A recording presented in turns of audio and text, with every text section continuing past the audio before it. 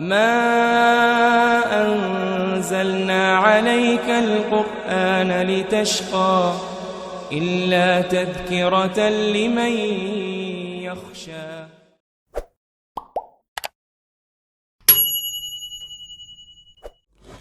Bismillahirrahmanirrahim. Berikut catatan hijrah saya bertepatan dengan tanggal 12 Juni 2020 atau 20 Syawal 1441 Hijriah.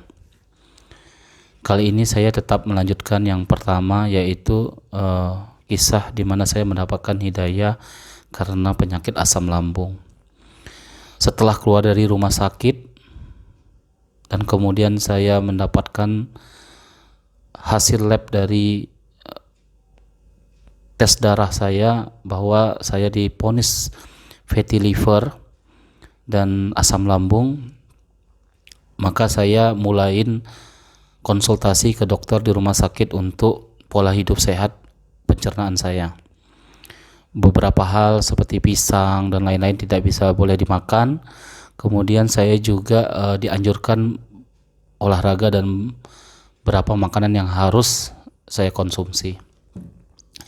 Masalahnya adalah sangat paradok ya, karena di saat saya harus menurunkan berat badan, di saat itu juga saya jika merasa kelaparan, maka akan mudah masuk angin dan asam lambung saya kumat. Masya Allah.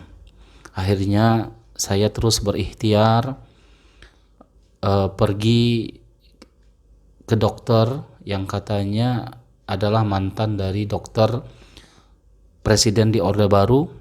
Saya antri sampai malam di daerah Jakarta Utara dan diagnosanya tetap sama. Dan saya diberi obat yang sangat keras. Memang ketika habis meminum obat ini badan agak terasa enak, tapi kemudian akan terulang dan terulang lagi. Kemudian saya terus bertanya, kemudian saya terus Google, dan sempat teman-teman juga menasihatin bahwa harus konsisten dalam satu pengobatan sampai sembuh baru pindah yang lain. Tapi pada saat itu saya berpikirnya beda. Menurut saya yang bisa merasakan bahwa itu ada dampak atau enggak. Dan saya merasa bahwa hati saya terus harus mencari dan gimana caranya biar agar sembuh gitu ya.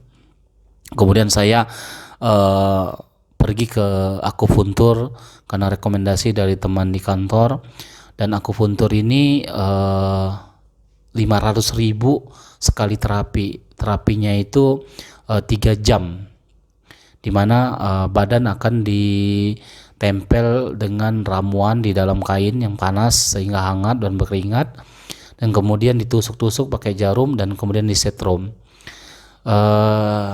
Awalnya sih agak enakan, tapi baru keluar dari tempat terapi udah merasa asam lambung kumat. Kemudian ini saya lakukan cuma 2 kali saja. Selama proses ini saya naik Grab. Di dalam Grab pun saya bertanya, saya mengeluh, kenapa sakit saya seperti ini gitu, apa obatnya gitu. Sampai waktu itu saya berpikir apapun saya mau coba. Setelah gagal di akupuntur, saya coba mulai mengerti bahwa wah, ini sepertinya masalahnya di kejiwaan. Setelah Google mungkin diri saya yang bermasalah di hati, di pikiran, stres dan lain-lain. Memang waktu itu saya sangat stres dengan kondisi kerjaan kantor, kemudian juga usaha yang gagal dijalankan gitu ya. Kemudian saya mencobalah salah satu aplikasi terkenal, aplikasi konsultasi dokter, karena saya pingin benar konsultasi dengan dokter kejiwaan, jadi nggak terlalu malu kalau langsung gitu. Nah, ternyata setelah saya ceritakan kenapa saya sakit, kemudian kalau kumat itu saya takut mati, badan saya merinding, dingin, menggigil, kalau malam-malam itu ketakutan. Akhirnya dokternya bilang bahwa sebenarnya saya udah mulai mengalami gangguan kejiwaan, sakit jiwa lah gitu ya. Kemudian dia menyarankan bahwa saya konsultasi langsung ke dokter kejiwaan katanya. Wah, saya hampir sempat putus asa Karena pada waktu itu dokternya bilang, bagaimana kamu bisa mengetahui kamu mau mati kalau kamu aja belum pernah mati gitu ya. Masuk akal sih. Tapi saya bilang saya pernah baca-baca buku, kemudian eh, Google gitu ya, bahwa kalau mau mati itu badan terasa dingin gitu ya, sekujur tubuh itu gemetaran dan sebagainya, dan memang bisikan di hati itu benar-benar, wah kayaknya umur kamu udah nggak lama lagi deh gitu ya. Tapi ya udah, akhirnya saya dari situ sempat, karena tinggal di apartemen yang tinggi, saya berpikir wah jangan-jangan saya bunuh diri dan sebagainya. Wah ini udah sangat bahaya, dan bukannya malah tambah baik, justru dengan konsultasi ke dokter kejiwaan ini membuat jiwa saya malah goyang gitu ya, goyang gitu. Kemudian eh, saya cari-cari lagi dan sampai saya menemukan, wah ini ada pengobatan hipnoterapi katanya.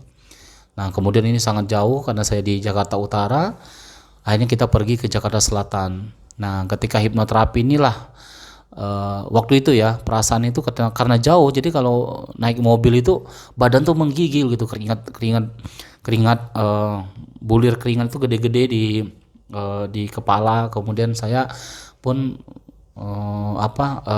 mau muntah, mual gitu, bawa air panas kemana-mana, bawa nasi, bawa makanan yang memang cuma pepaya, dan benar-benar dijaga lah gitu ya. Wah ini saya sama istri sama anak benar-benar berjuang dan naik Grab, hanya sampailah di selatan. Itu biaya hipnoterapinya itu 3 juta per sekali pertemuan. Nah sekali pertemuan itu ya sekitar 4 jam lah ya. Akhirnya setelah nunggu saya diterapi. Nah ternyata terapinya itu hanya sugesti ya, jadi kita disuruh merem matanya, kemudian kita eh, disuruh ingat-ingat gitu ya, bahwa kita pernah melakukan salah apa sama orang, kemudian kita harus menerima bahwa itu udah terjadi gitu. Kemudian kita harus mengingat ada orang yang menyakitin perasaan kita, yang kita sebel, kesel katanya gitu ya. Kemudian kita disuruh, ya udah saya terima gitu, saya terima diri saya apa adanya, saya terima saya pernah melakukan salah, saya terima bahwa saya dalam kondisi bangkrut, saya terima kondisi saya memang lagi terjatuh gitu. Katanya penerimaan diri kita dengan kondisi yang sekarang, karena asam lambung ini katanya dipicu oleh stres dan kegalauan kita dalam menyikapin keadaan. Terus kemudian saya suruh merem di mana posisinya enak, kemudian ketuk-ketuk lah dada gitu kan. Ya yang ini nanti saya akan bahas selanjutnya, di mana setelah saya menjadikan Al-Quran sebagai penyembuh, terapi Quran, akhirnya saya sadar ini ada yang kurang tepat. Tapi alhamdulillah dengan kunjungan hipnoterapi ini juga membuka cara pikir saya, yang selama ini saya mulai berpikir bahwa yang menyembuhkan itu manusia lain. Jadi saya mencari ada nggak orang hebat, orang siapapun, metode apapun yang bisa menyembuhkan saya. Kemudian setelah hipnoterapi saya cek darah lagi sesuai dengan schedule, dan di cek darah saya itu ternyata SGOT sama SGPT saya sangat tinggi gitu, jadi harus diturunkan.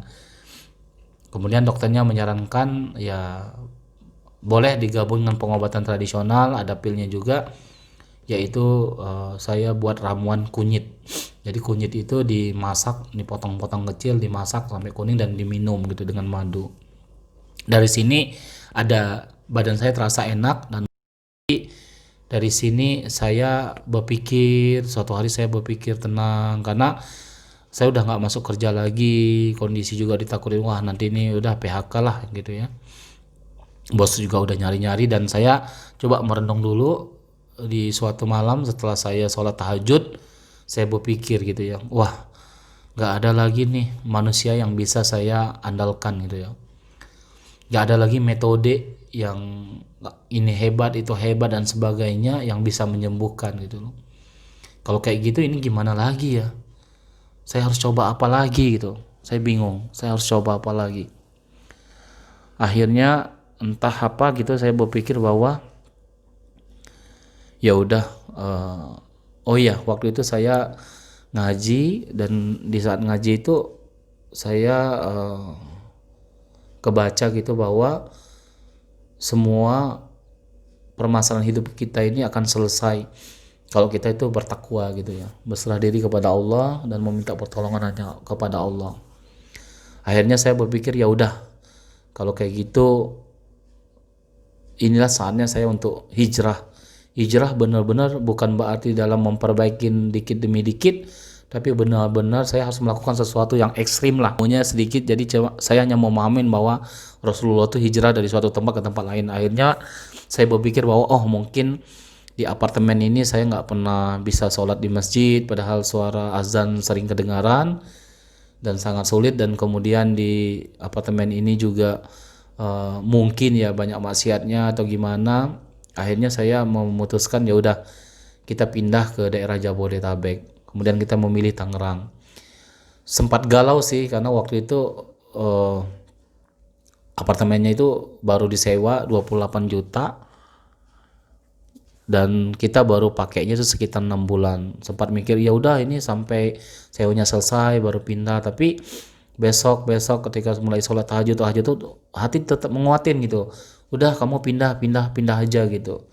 Akhirnya saya bilang sama istri saya, udah saya harus pindah. Kemudian saya pergi ke Tangerang, ternyata pilih ke Tangerang, yang penting saya harus cari komplek yang ada masjidnya gitu. Jadi niatnya itu pokoknya pindah, saya harus pindah ke suatu tempat yang dimana saya bisa sholat di masjid setiap hari. Kita coba deh, kalau selama ini menggantungkan diri dengan manusia, coba ini kita menggantungkan diri dengan Allah gitu. Akhirnya pada tanggal 9 September 2019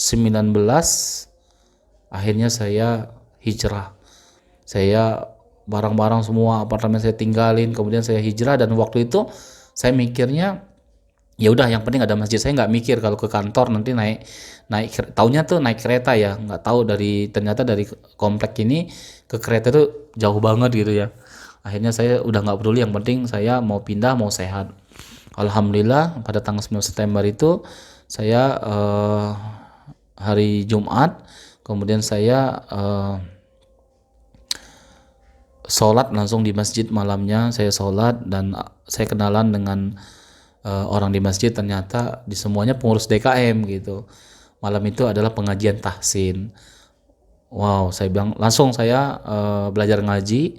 Dan setelah belajar ngaji itu mulai jiwa saya agak tenang gitu, mulai ada ketenangan. Kemudian dikabarin juga katanya nanti Minggu pagi juga ada pengajian gitu, pengajian pembahasan kaidah Al-Quran gitu, cara memahami arti Al-Quran gitu. Masya Allah, saya benar-benar bersyukur. Ternyata saya nggak salah pilih tempat dan itu rutin. Akhirnya saya udah tekadkan 5 waktu itu saya pergi ke masjid. Nah disinilah alhamdulillah progres berobat saya mulai membaik. Dan saya juga disarankan oleh teman bahwa di sini tuh ada seorang dokter di Tangerang, itu seorang dokter yang dia juga seorang ulama, udah terbitin buku tentang pedoman cara pengobatan Rasulullah. Akhirnya saya berobat sama beliau dan alhamdulillah masya Allah, ternyata bukan sekedar konsultasi kesehatan doang. Dia mengingatkan saya gitu, saya curhat sampai nangis gitu, dan dia juga nasihatin saya. Dia bilang bahwa ya ini pelajaran antum, karena antum itu terlalu mengagung-agungkan dunia modern, metode, mengagungkan manusia gitu ya, tergantung kita tuh hanya tergantung dengan Allah gitu loh. Al-Quran kita itu mengcover semua kebutuhan sampai akhir zaman gitu, semua itu bersumber dari Al-Quran. Dan kita harus benar-benar sesadar dan menyadarin bahwa hanya Allah yang bisa menyembuhkan kita, dan semua yang terjadi dalam hidup kita itu karena kehendak Allah gitu loh. Dokternya bilang sama saya ingat banget, ada 3 hal yang kamu pelajarin, yang harus kamu pelajarin dari sakit ini dan camkanlah. Yang satu adalah Allah sayang banget sama kamu, dan mungkin kamu selama ini banyak melakukan dosa, sehingga sakit ini kalau kita ridho dan kita menerima dengan Allah dan kita beristighfar, maka ini akan meluluhkan suatu bentuk pengampunan atas dosa-dosa yang pernah kita lakukan. Terus yang kedua katanya, Allah mungkin ingin mengajarkan kamu suatu hal, terutama ketika orang sakit, ketika orang terjatuh, itu adalah tentang kesabaran dan keikhlasan. Sabar dan ikhlas itu adalah kunci sebuah kesuksesan, bukan hanya untuk di dunia tapi juga untuk di akhirat.